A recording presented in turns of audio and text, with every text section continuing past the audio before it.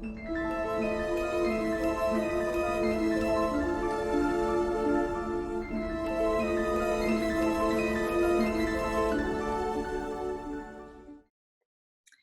everybody. I am here with Ashley Shapiro, and we're going to speak about the sixth gene key, which is the archetype of the magician. And she's a 60.1 in her life's work. So this is really something that, probably the first thing that people feel in her is that energy. And it's really the foundation line of it as well. So you're 1-3 profile, and it's like you are kind of creating through that 60. So you're creating, it's magic, you could say. So I'm really, hearing how that plays out in a human being's life, and yeah, how can you just tell us a little bit about how you feel, the 60 in your life, and what it is to have it in your life's work? Because you said just before the call, it's an intense key, and it can drive us crazy to have that much potential, and at the same time feel we can't, like there's something limiting us, and how that has played out for you. Yeah, it's interesting today when I was thinking about our call, and I was contemplating the 60th, and I told you earlier that I listened to this, audio of what the 60th key is, and I realized that, in my life, I have felt very strongly when I'm in the limitation, in the shadow of a limitation. It feels like almost feels like, first of all, I the physical of it, or the mental of it, is really being in my head way too much, and also trying to cover it up with things like maybe turning on the TV or trying to tune out from like all the thoughts that are going on, because it really can feel like this pressure to be serving your life's purpose. And when you're not, and the limitations feel so strong, the resistance comes up, and the fear comes up, and the negative self-talk comes up. And what he was talking about in the audio was allowing yourself to not just release first of all, that limitations are good, that we all have limitations, that the only time we don't have limitations is once we're dead, and then who really knows what comes after that, right? And that the limitations, it's like gravity, it's the gravity that holds us down, right? And that the city of justice is we have to bring in levity and bring in light, bring in the lightness. And so when I was reflecting on when in my life I have felt either one, or felt the gift of realism, I can really see that my life has been sort of peppered with these moments of light, these moments of levity. And I think when I have felt them the most is when I feel like I'm living in purpose, or like I'm really doing something that's very in my purpose. And for me, that is serving others in a creative way, right? And also like allowing others to see themselves, really see themselves, and sort of allowing myself to be a mirror of that. And so, I think this is really what drew me to study art therapy. It's what's drawing me to continue my studies in sound healing. And also, when I was younger, and throughout my adult life, when I have been on stage and performing, for me, these are moments of magic, getting a laugh on stage, right? Making the audience laugh. Like, this is a moment of magic. And, gosh, I would say that these are sort of the moments that I live for. And one of the other things that he was talking about in the audio on the 60th was really releasing yourself from structure, like allowing for structure to be there, because it's important. I'm also a Capricorn, so I do thrive when there's some sort of structure, but then allowing yourself to almost transcend the structure, and then that is where the magic is allowed to happen. And it's interesting because in the first iteration of my business, Happy Soul Lab, this is what I was doing. I was really facilitating a space for people to be able to be outside of the box, but to be held in a container, which is really interesting because I didn't know so deeply about the 60th and that this is my life's work. So that felt really interesting to listen to the audio today before our call and to learn more deeply about it.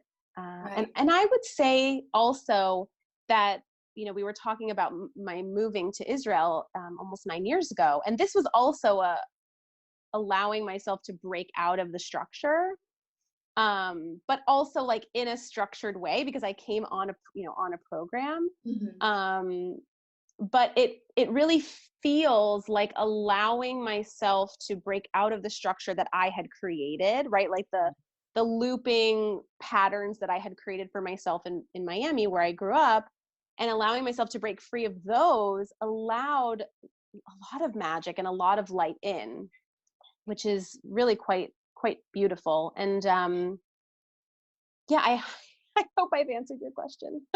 No, you did. And it's, I'm looking at your chart and you have, so the 60s is your life's work, and then your purpose is the third gene key. And in the body graph, they form a channel from the sacral center to the root center. And you're a generator. So like both of those are defined for you. So you have that whole channel. Like the 60 has this urge to like come up with something new, to change the world, to like you said, to be doing your life's work. And then when you have the whole channel, it's like you have both sides of it. So you also have that energy of the sacral center. You also kind of have that invention, the playfulness. It can be chaotic in a low Mm, frequency, but that really comes in and actually, it has the energy for the mutation. Because when you only have the 60th, sometimes it can feel so, it's like you feel like you're back bound. You have like the vision and you have the fuel, but you have the pressure, but you don't really have the energy. So for you to actually have those kind of stacked on each other, one is your purpose and one is your life's work, it's like that's really a powerful one. That's also what makes your cross powerful. So you have the 60, the 56, the 50, and the 3, right? And the 50 is like kind of what I hear too. It's that the 50 is helping to create equilibrium in the world. It's helping us to come out of corruption. And when I hear Happy Soul Labs, what you're doing there, and even when you say, even when you do a job that maybe it's not forever, it's important for you that the organization you work for, that that they are in integrity, that they're doing something good for the world. So that's also something, yeah. you are kind of in, you're breaking out from the structures, and it's important that that is integrity in it, and that it's kind of for the whole as well. And it's an interesting thing because you're 1-3, so it's like you're doing things for yourself, but with this cross somehow it always becomes about more than yourself anyway, I feel like. So how is that, like, you're here, you're 1-3, so you're here to be a creator, to do your own thing, to kind of live for your own sake, and at the same time you have a cross that is very about kind of the collective and humanity and the structures and what's right. Like, how is it to have these both sides in you, and like, yeah, how does that show up in your life? Yeah. Well, you mentioned that like a sort of like a chaotic feeling. And I do have that a lot because, when you're here with the one and being more, I don't think self-centered is the right word, but, being self-focused Mm-hmm.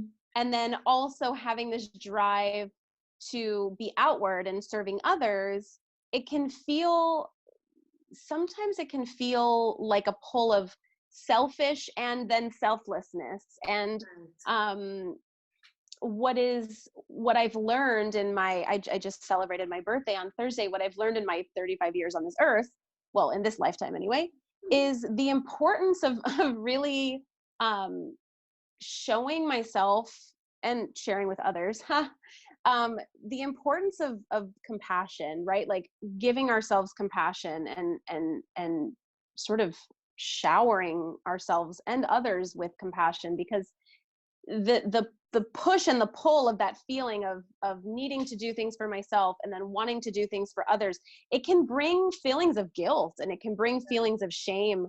And so the importance of like releasing those feelings and not attaching myself to them is super super important. um when we were talking about the limitation, and like when I get in my head too much, um I almost my blinders are put on to everything I know about how to shift out my energy, to everything I know about, how to spiral back up, and I become like almost deaf to my own heart's voice. Right. And so I think the important thing of like this cross is really finding the point in the center of it. And for me, what's like just the thought that's coming up while we're talking about this is really dropping into the heart space. Right. And really like, especially when in the shadow of limitation, like the reminder of dropping into the heart space. Yeah.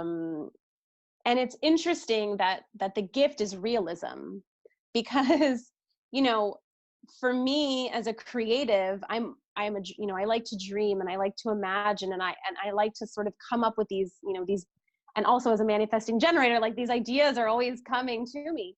But it was really interesting to hear today about, coming from a space of realism, because it almost allows you, I think realism almost allows you to project yourself out of whatever the current situation is, and really see more than one perspective. And this is also what the cross is doing, right? Like, I must serve myself and I also must serve others. And I think that that's really important, is the and, right? Like, not putting a but in there, right? And yeah, it was interesting. I keep coming back to this 25-minute audio, which was so powerful to me, because he talked in it about building a business. And it was almost like speaking directly to me, because for the last year I've stepped away from my business because I felt that I had to care for myself. And it was, I went through a very, very difficult time in the first half of the year. And during this difficult time, there was sort of chaos happening here where I live in Israel. And it brought a lot of fear out. But then it also, when I like looked really deeply in it, it also made me feel like there's so much I need to be doing. But I was in a really difficult space, and so I wasn't able to do those things for others. And then the guilt comes in and the shame comes in. But then once I actually took care of myself, and got myself the care that I needed, it was like the clouds parted, and so hearing him today talk about building a business and just going for it, and creating a structure, and then allowing yourself to break through the structure, and then a new structure is built, and then breaking through that one, and just, expanding it. It just made me laugh on the train on the way to work, because I'm like, you're talking right to me. This is exactly what I needed to hear. So, I think it's important, if you have this sort of, I must serve myself, but I must serve others in your design. It's okay. Like, it's okay to do both, and it's okay to do one at a time. And it's also okay to do both at this, simultaneously as Mhm. well. Yeah, and I also love what you're saying. So we were saying before that I have the same open centers as you have, which is the head and the ajna and the ego and the emotional, and how you say, when you have an open head and you kind of get stuck in the head and you can't even feel your heart. But that's the thing, especially when you have a G center that is defined. Like, as soon as you can come down in that, and for you have the 10th gates, which is all about, be natural and acting so that you can actually acting in a way so that you can love yourself and being a role model for, Mm. it's like, that's when we have, because you also have you have this 61 and the 63, so you are going to, there's going to be some doubt, there's going to be some why, but that's what can go round and round in an open center. But as soon as you tap into your G, that's also connected through these channels all the way down to your 60 and to your 3. So then kind of your true design comes up. So that's also something that I think is beautiful in these conversations, to also have the kind of, the lived proof or experience of when you're in an open center and that center is just spinning around, where can you come back to? Where is your definition? Yes. And I'm wondering too, because, you know, they look in you have a completely open ego center, so that's also somehow you are 1-3, but the open ego centers can kind of, promise things for others, or can feel like I'm not worth, like if you take a year off, there might have been those feelings like, am I really worth doing this? And even a kind of your EQ, I think it is like the first line, the 22 first line. So it's kind of, self-sabotaging, or like not more like self-esteem things. So how has that been for you to be a powerful 1-3 and still have these maybe, feelings of that you have to overpromise, you have to do too much, or you're kind of valued after how much you do? Or do you feel like you kind of have shifted that ego center so that you can help other to not run in the hamster wheel? Or how does that play out for you? That's an interesting question.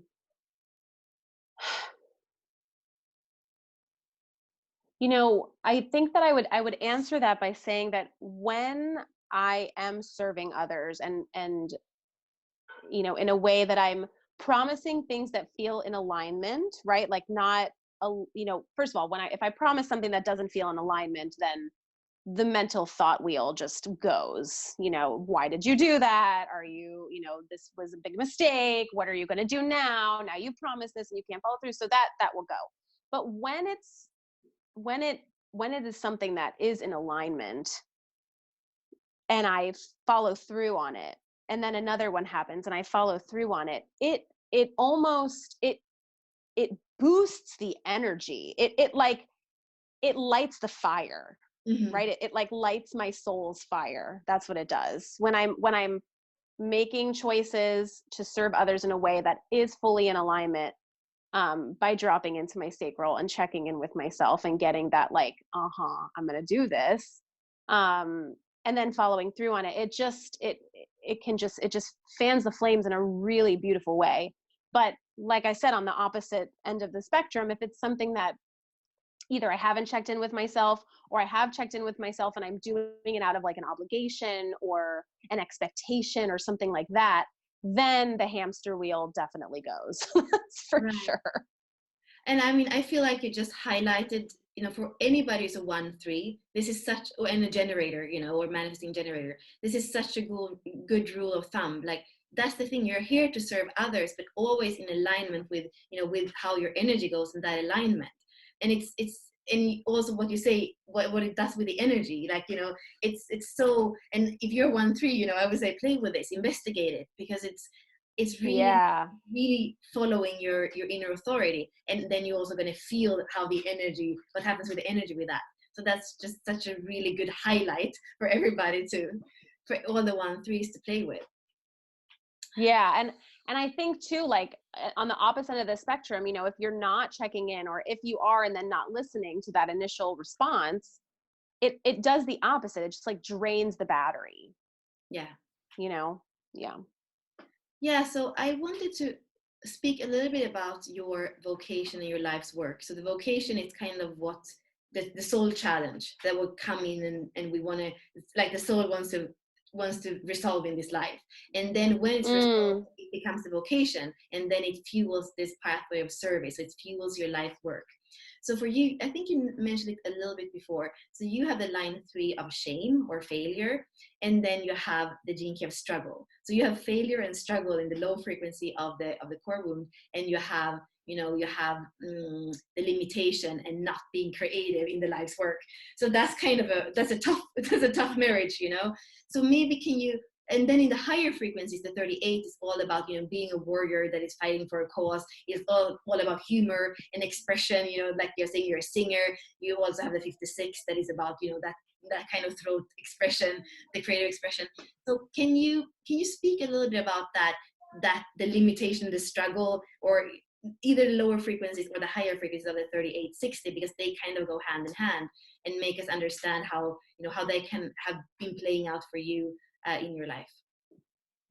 Yeah. Um, it's interesting, for me, when I am, excuse me, when I am in those lower frequencies of struggle, and limitation, um, for me, it manifests usually as anger. Mm. Um, and it I'm also like a pitta in the in the Ayurvedic um realm, and so for me it's like almost very easily, like the fire is very easily lit, and it can come through really manifest as anger. Yeah. And that anger isn't always necessarily outward, you know, a lot of times it can be inward. And it manifests as usually as really negative self-talk, a Right. lot of self-doubt, which you were talking about, a lot of doubting my intuition, doubting my truth, and then the doubt leads to, like, you know, not doing what your intuition is leading you to do. So it becomes a domino effect. I would describe it as a domino effect, Mhm. right? And then once, if one domino falls and you can pick it back up, it's easy to sort of, you know, rebound. But Mm. once like 20 or 30 dominoes have fallen, right, it just keeps going, and it just snowballs. And yeah, I mean, it can for me, it has manifested in very deep depressive episodes. Yeah. um Usually there's it's usually things will build, and maybe I've done, you know, some of the work and allowed most of it to be released, but even if there's like still some remnants, and then one thing will trigger. Yeah. And usually for me, my biggest triggers are like not feeling secure. So Right. whether that's like not like feeling like physically unsafe, right? Like I live in a country where there's things happening every few months, and that can make me feel physically unsafe, Yeah. or, you know, like my family is unsafe. And so that's a big trigger for me. Um or it can also just be like not being secure in myself, you know, Right. maybe for me, like rejection is a really big trigger. So that like makes me feel really insecure in myself and my self-worth. Yeah. And that can lead to a massive domino effect Mm. of, um, you know, you're not good enough, you're not worthy, you know, why are you even trying this, or, you know, whatever it is that I have sort of been actively doing. And sometimes it can last for a decent period of time, and it can be very, very difficult. Yeah. You know, my hope is, you know, now after years of, you know, doing the inner work and really being active in my healing, that, you know, to be able to sort of pick the pieces up more quickly. But you know, what is time? um, so, you know, I think it comes right back to what I was saying before about showing yourself compassion. You know, I think that that's sort of the on the opposite end of struggle, right? Right. Is, you know, nourishing yourself with whatever love is needed. Mhm. And so for me, that has come in the form of, you know, the loved ones who are around me. Now it's really coming in the form of frequency, of sound frequencies that I've been using, for very, very deep healing and releasing, um, and moving my body. Like if I'm in it, really in it, and I move my body, oh my God, it's like, it's some of the best medicine. I mean, it really, really is.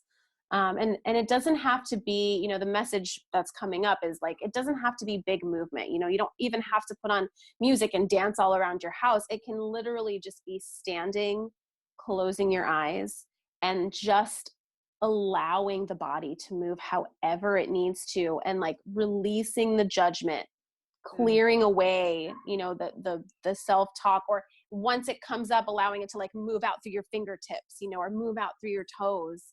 um but yeah, it can be really difficult in those moments of the struggle, and sort of going down the spiral and having to catch yourself almost and get back up.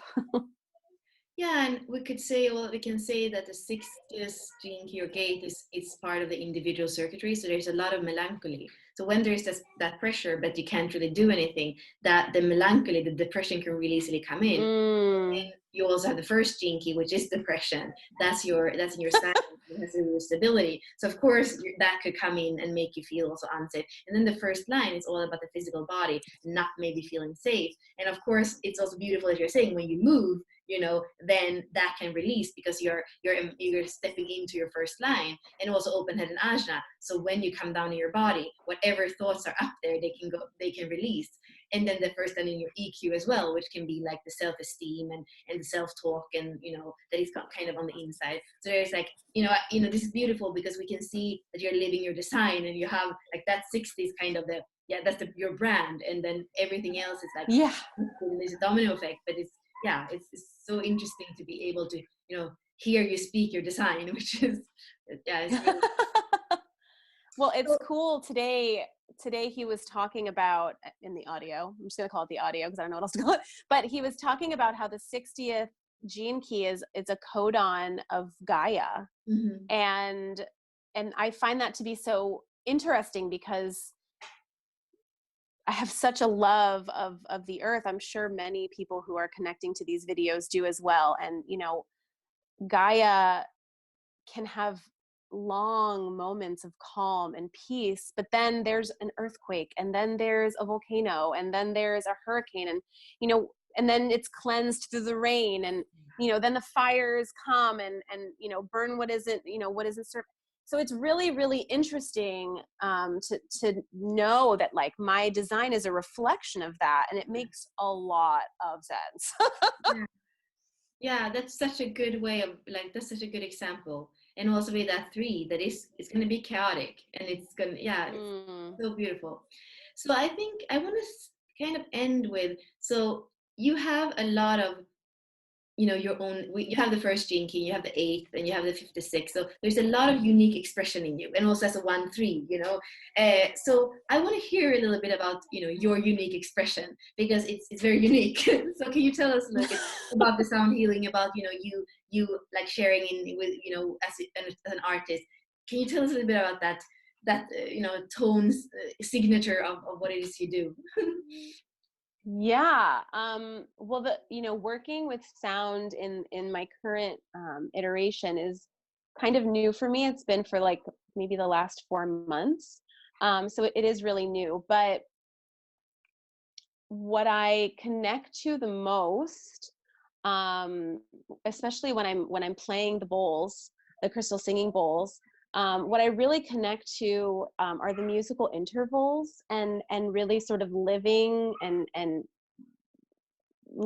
the space of those intervals. There's a lot of healing to be had. But as far as my own expression, I love oh, you can't really tell right now, it's winter, so I'm wearing this like dark shirt, but I love color, expressing myself through color, in what I'm wearing, or not as much now, I'm a busy mama, but back in my studies of art therapy, I loved using color, in painting, in working with oil pastels. Color is a really big thing for me, especially using it as a therapeutic tool as well. I also I love music. I love to sing. I love to sing with others in harmony. Mhm. I find that to be really beautiful. I love to play with sort of the electricity that's created when harmonies are live or happening. You can actually feel the electricity bouncing off of the frequencies that are being created by either two voices or harmonizing with the bowls. Um, and now I I feel kind of silly, but I carry my tuning forks with me everywhere I go now, and I'll just take them out, and like people are so interested, and I will play them for people, and the reactions, the responses have been incredible, and the message that I just keep getting is like, just keep sharing yourself. Um, and so, one of the other things that was really scary for me to do at first, but that I really love to do now, is share videos of myself singing on Instagram.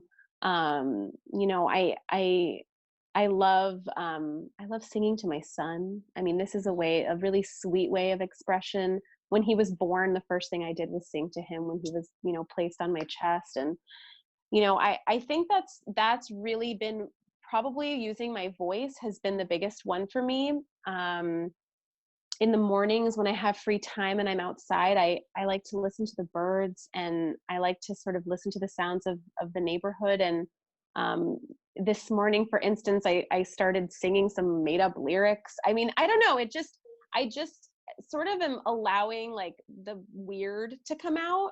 Cause to me, like all of our self-expression might seem very weird at first. And it can stop a lot of people from wanting to express themselves. So many human beings stop expressing themselves when they're children because they're told that this is like weird, or they're told that this isn't the right way to do it, or you have to color in the lines, or you have to do it like this.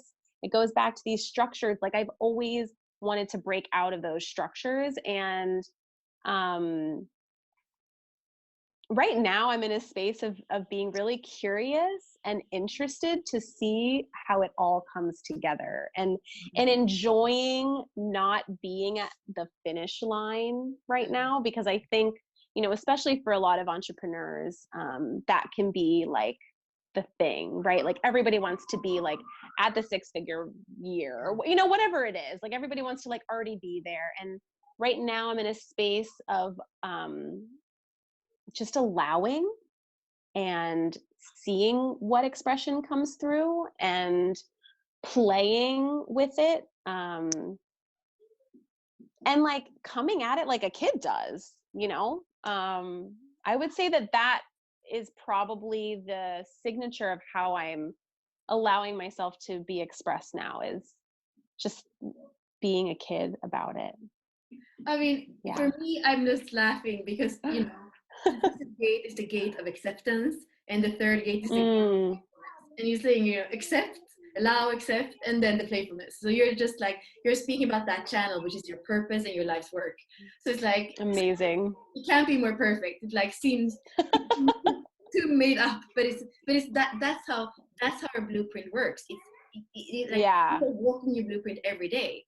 And now what you just told us about is the higher frequencies of your blueprint. So I'm just always when something is just like I can kind of highlight the words and they're the same word Amazing.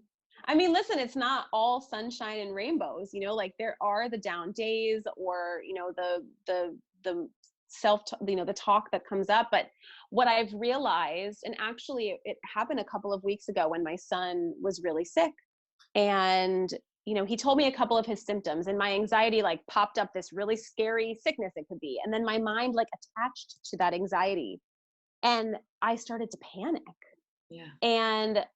And then once I found out that he was fine and I was able to sort of take a step back, I had to laugh at myself because I just realized like the anxiety is going to come up, right? Like we're human, it's going to happen. But the choice to not hook onto it is always there. Right. I mean, it's just always there. And when you don't hook onto it, right, like you can stay in that higher frequency, but sometimes you do. And that's okay too, because, we're all living this human experience and we're all always learning. But it does feel a lot better to stay in the higher frequencies. Yeah, and that's what Teacher Brad said, the founder of the Gene Keys. He says, just knowing that it's, the whole range is there and the higher frequencies are always available. And then the portal is the shadow, and that's where you learn. But then there's always a door. There's always, sometimes you have to wait it out. Like you say, sometimes Gaia is kind of resting, and then you might be in a good space of resting or not a so good place. But just knowing it's never forever. And I think that is for the 60 that limitation, to know that the 3 is going to come and spark its energy. So it's not forever. I think that is one of the lessons of the 60, to be, like you say, in that acceptance of whatever is. And then it actually is going to. Yes. Amen. Well, I know that you have your little son waiting for you. I can hear him before Mama. So I'm going to let Yes, he was. And, thank you so much. This has been so lovely, Bella. Yeah, it was so lovely. And yeah, thank you for like checking in from the other side of the earth and doing Happy to do so. Mm-hmm. Okay, thank you. Okay. Thank you so much, Bella. I'll talk to you later, I hope. Bye. Okay. Bye bye.